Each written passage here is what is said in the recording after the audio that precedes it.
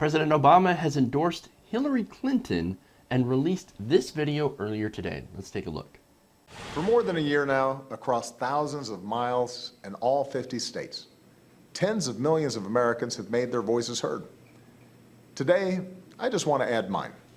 I want to congratulate Hillary Clinton on making history as the presumptive Democratic nominee for President of the United States. Look, I know how hard this job can be. That's why I know Hillary will be so good at it. In fact, I don't think there's ever been someone so qualified to hold this office. She's got the courage, the compassion, and the heart to get the job done. And I say that as somebody who had to debate her more than 20 times. Even after our own hard-fought campaign, in a testament to her character, she agreed to serve our country as Secretary of State. And from the decision we made in the Situation Room to get bin Laden, to our pursuit of diplomacy in capitals around the world, I have seen her judgment. I've seen her toughness. I've seen her commitment to our values up close. I've seen her determination to give every American a fair shot at opportunity, no matter how tough the fight was. That's what has always driven her, and it still does. So I want those of you who've been with me from the beginning of this incredible journey to be the first to know that I'm with her. I am fired up, and I cannot wait to get out there and campaign for Hillary. Just like he couldn't wait to put on his walking shoes and walk the picket line. But he'll actually do this.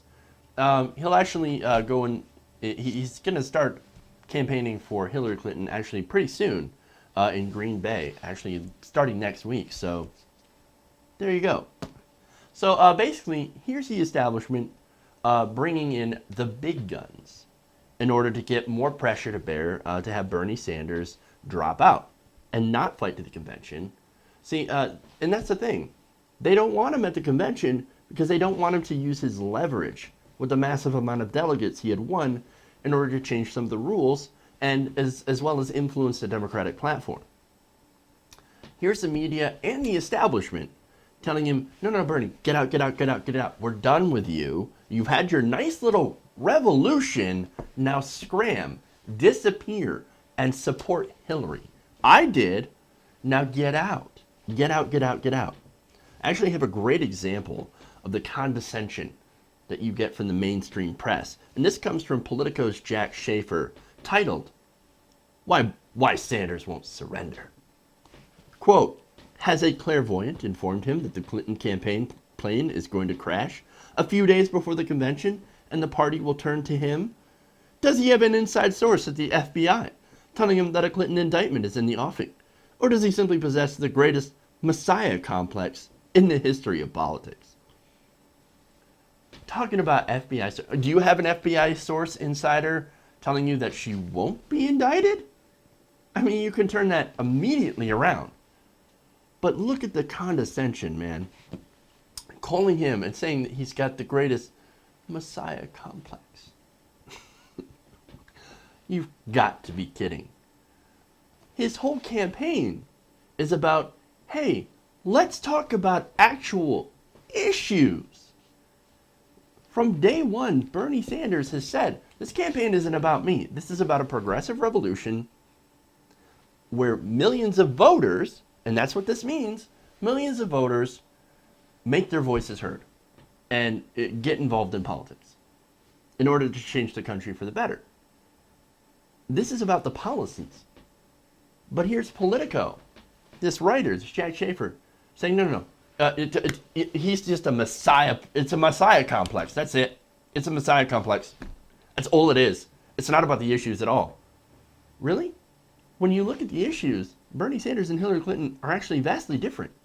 She's more centrist, more center-right, where Bernie Sanders is more left for single-payer health care. You break it down in the issues of fracking. Well, Hillary Clinton, super pro-fracking. Bernie Sanders wants to ban it nationwide. Hillary Clinton pushed for fracking when she was at the State Department. Once again, Bernie Sanders, no, I will ban it. That's it. We're done. We're going to go to renewable energy as fast as we can. Because we can't afford to wait on climate change. Huge differences, right? But no. It's not about that. It's not about the issues. It's just that Bernie Sanders has got a messiah complex. He continues, quote, if Sanders is delusional to stay in the race, he's not much more delusional than the hundreds of narcissists who have run for the White House under the belief that destiny commands that they become president. Most presidential candidates start as extreme long shots, which Sanders did. Yeah, he started at 3% in the polls, and then, well, you saw the rest. Most candidates sustain their belief that they can win long after it's obvious to their supporters that they're sure to lose, as Sanders is. And most candidates, even after they lose, try to conserve as much as goodwill as they can so they can rekindle their campaign in another 4 years. But almost never, make that never, does a presidential candidate who has been soundly horsewhipped at the polls the way Sanders has been this year refuse to yield. Why won't you just quit, you loser, you egomaniac, you sexist, talking about the issues? Why do you got to keep fighting about the issues? Man, this is just, if you didn't think the mainstream press was against Bernie Sanders, well, this is all the evidence you need. And if that's not enough, just go to the Washington Post when they and go back and remember when they published 16 anti-Sanders articles in 16 hours. The media was massively against Bernie Sanders. Massively. And they continue. Because he's stubbornly not bowing down and supporting the establishment. Why don't you support the establishment?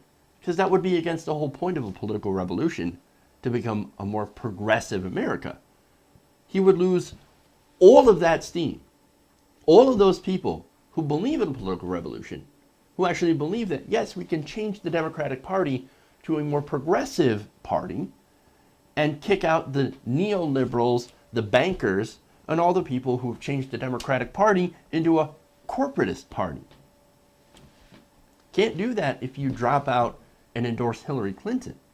Now, does that mean that he's not going to fight Trump? No, of course he's going to fight Donald Trump. He said that earlier today. When he was at the White House, he said, no, I'm going to do everything I can to fight Donald Trump while staying in the race. Now, does that mean he's going to attack Clinton? No. I don't think he will. I think what he's going to do is he's going to continue to talk about the issues, and then he's going to go after Donald Trump. And that's absolutely fine, because you know what? At the end of the day, the issues are the most important thing. And that's what Bernie Sanders has always been about. But see, this is the next part of the establishment wanting him to not take his delegates to the convention in order to help transform the Democratic Party. They're trying to stamp out any possibility of change within the party by mounting on pressure on Sanders to give in. My guess is that they've already tried the carrot by giving him a couple of tightly controlled picks for the platform committee that couldn't include labor leaders. And now, since that carrot didn't work, now they're giving him the stick. Remember, this whole thing isn't about the campaign. The campaign's over, right? He's not trying to win the Democratic nomination anymore. Okay? That ship has sailed. What he's trying to do now is change the Democratic Party from within. And what better place to do it than at the convention? And that's why he needs to fight on to Philadelphia. That's why he needs to continue to hold on to his delegates. And that's why he must continue to stay in the race. It's not to win anymore. It's to continue the political revolution from Philadelphia to beyond.